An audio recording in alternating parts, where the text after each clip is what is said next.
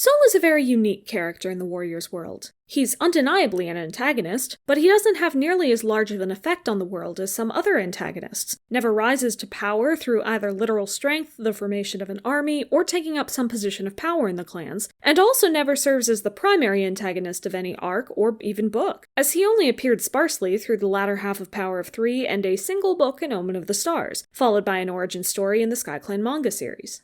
Despite all of that, he is a massively popular character among the fandom, which mostly stems from the type of antagonist he is.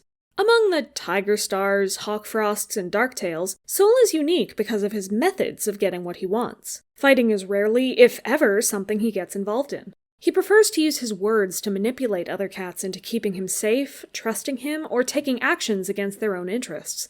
This isn't, on its own, unique to him at all. Tiger Star manipulated Blue Star along with all of ThunderClan and ShadowClan. Hawkfrost manipulated Brambleclaw, Mudclaw, and later on Ivypool and the other Dark Forest trainees. Darktail manipulated Needletail, Violetshine, Hawkwing, and most members of the kin. But in all of those cases, manipulation was only part of their plan, and striking out with violence was always the end goal.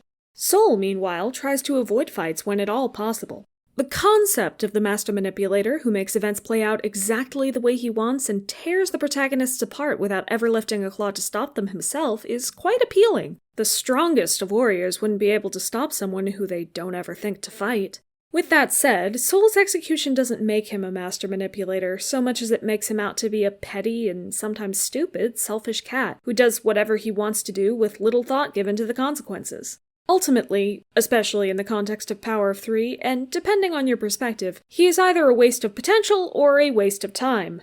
Let's delve into the few appearances he has had so I can explain why. We first meet Soul in Eclipse, where he gets a very powerful and mysterious entrance, being mistaken for a lion by Hollypaw and then strolling into camp as a bewildered patrol, which even includes Thornclaw, is unable to think of a reason why they brought a strange loner into the heart of ThunderClan. He quickly makes an impression, not only on most of ThunderClan, but on the reader as well. What could he have said to the patrol to make them take him to camp when they didn't really want to? What sort of power does he have? This was an arc where superpowers were introduced, so he could have had some sort of oration power for all we knew, or he could have simply been a very good and malevolent speaker. Soul quickly weasels his way into taking Leafpool and Jaypaw away alone to tell them that a darkness is coming, nothing will ever be the same again, and that the sun will go out. This immediately speaks to Jaypaw, who had a dream concerning a choking darkness recently, but Leafpool is put off by his abrasiveness and disrespect for StarClan. It turns out, though, that Jaypaw's favor was all he needed, as that caused Jaypaw to bring Hollypaw and Lionpaw to see him, find out more of what he knows, and perhaps get his help with the prophecy that still, 4 books into the arc, was a mystery to them.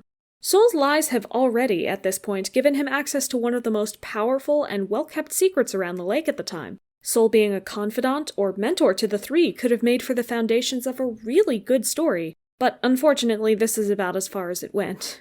As soon as he met them for the first time and agreed to mentor them, he caught a ShadowClan patrol and asked to go to ShadowClan instead, where he could manipulate Blackstar in front of the 3 and not only immediately abandon them, but also immediately lose their trust. Any power he could have had over them is lost in an instant, only a chapter after he got it. Not a great start. And all he gets to do for the rest of the book is convince Blackstar to give up on StarClan and the clans. This very minor, unthreatening plot that is already disconnected from all of our main characters continues into the beginning of the next book, Long Shadows. Somehow, off-screen, he convinces ShadowClan to essentially become a band of rogues that hisses to any cats they find at the border and no longer feed the kits and elders. Tawny Pelt and her kits, Flamepaw, Tigerpaw, and Dawnpaw, flee to ThunderClan, and, with zero convincing, since our protagonists already know about and don't like Soul, the 6 cats band together to fake a StarClan sign and convince Blackstar that StarClan is still real, actually, which instantly makes Blackstar return his clan to normal. ShadowClan then drives Soul out, Tawny Pelt and her kits return to their own clan, and our protagonists go on as normal, having learned nothing from a cat an event that had practically nothing to do with them. The one exception is a quick conversation Soul has with Hollyleaf, where he says she needs him, she says no, and then drives him out of ThunderClan too. Despite the amount of focus Soul's presence gets in Sunrise, the last book of the arc, he didn't do much there either. The clan concluded that he was the most likely cat to have murdered Ashfur, so they spend a great deal of the book going on a Soul patrol to look for him and bring him back for interrogations. Which they do. Yay! He doesn't have any answers for them and is just kept as a prisoner that no one likes or trusts, until Lionblaze offers to help him escape in exchange for Soul telling him who their birth parents were, which he eventually sort of agrees to, as he and his siblings do let him escape and tell him to leave them alone, even though Soul doesn't ever give them information on their birth parents. The siblings have a climactic scene where they tell Soul that their powers aren't his to control, which would probably be really powerful if he ever had any control over them or their powers and didn't immediately give it up and make enemies of them when ShadowClan came around. He then leaves, never to be seen again and having made no impact on the story. In The Forgotten Warrior, he returns, taking credit for saving Molepaw and Cherrypaw and suddenly becoming ThunderClan's hero, despite them never once trusting him before and still considering him as the most likely suspect in Ashfur's murder, which was never solved. However, it turns out that Hollyleaf was the one who actually saved the apprentices, and Soul was secretly working with WindClan to start an attack on ThunderClan, which Hollyleaf helps them to fend off. Despite the hatred she has for him, Hollyleaf decides to spare his life when she has the chance to kill him, as a symbol of how she will now stick to the warrior code and has changed since she murdered Ashfur. And that is the last we've ever seen of him. The only other story material he's in is the SkyClan mangas, which, as it turns out, tell his origin story before he ever came to the lake. In brief, Soul was originally a kitty pet named Harry who lived in the house Leafstar was kidnapped into. While he doesn't understand Leafstar's desire to get out, he does respect it and helps her escape with her kits. He joins the clan, but doesn't want to do much work, is both untalented and unmotivated in training, and keeps looking for workarounds, some of which have disastrous results for SkyClan's safety. We learn that his mother, Cinders, had told him and his siblings about the brave, strong, legendary clan cats, and even once he heard that those stories were fake, he always wanted to be a warrior too. But when he doesn't fully become a warrior as quickly as he wanted to with no effort, he decides to prove to Leafstar that he's ready by stealing her kits, with the intention of pretending to find them later.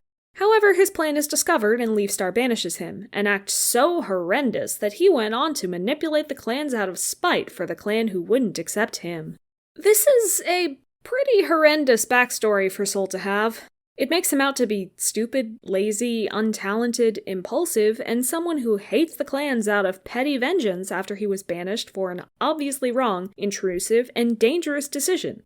None of his manipulation tactics or ability to lie his way out of troubles is explored, except in that he lied to Leafstar to gain her favor after he already had it for saving her and her kits. No one else in the clan was fooled, and it is only Soul who comes out looking like a fool for believing that stealing someone's kits, taking fox prey, and skimping out on training was a good way to become a warrior. Soul would have honestly been better served by not giving him a backstory at all, so that he could be more mysterious. And with any hints to his backstory he did drop, we would never know if those were the truth or just more of his lies. Although it isn't as if his main series appearances painted him as a single-minded smooth talker either. This type of master manipulator really needed to, first, be at least partially centered on the protagonist so we could see the result of that manipulation, and second, succeed in some of his ambitions so that we could learn the power he holds with his words. Through immediately leaving the protagonist behind and going to Blackstar in another clan, where he didn't successfully do much of any damage, he has a very shallow effect on the story and our heroes. And with no consistent goals or any permanent effect on the story or characters, his entire plot seems like more filler for already filler-heavy arcs. In that way, he is a waste of time, especially considering his very, very small ShadowClan plot goes on over 2 different books when it didn't even need one. But there was also a little spark of potential in him, even in the stories we were given it. There is one particular relationship that he and the story keeps coming back to, and one character that he keeps being pitted against. Hollyleaf, of course. Like Hollyleaf, he doesn't actually have any power, and yet seeks to gain it mostly through his words and the trust of other cats. Like Hollyleaf, he's a bit of a hypocrite, and sometimes compromises on his morals in service of achieving his goals. And like Hollyleaf, he believes he's ultimately more powerful and important than StarClan, and must make his own decisions about how to proceed, rather than relying on ancestors.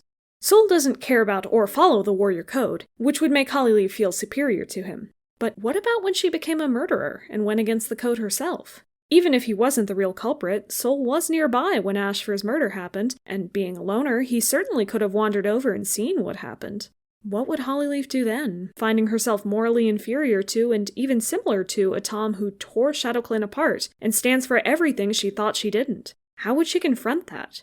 And if this Tom was actually important to her, how much more satisfying could it have been when he returned after she had finally redeemed herself and come to terms with all that she had done? I don't know, I just think it could be interesting. And it is in that particular scenario where I do, like many others, really enjoy Soul. Thank you for watching, and always remember that I'm your friend. You can trust me, I promise.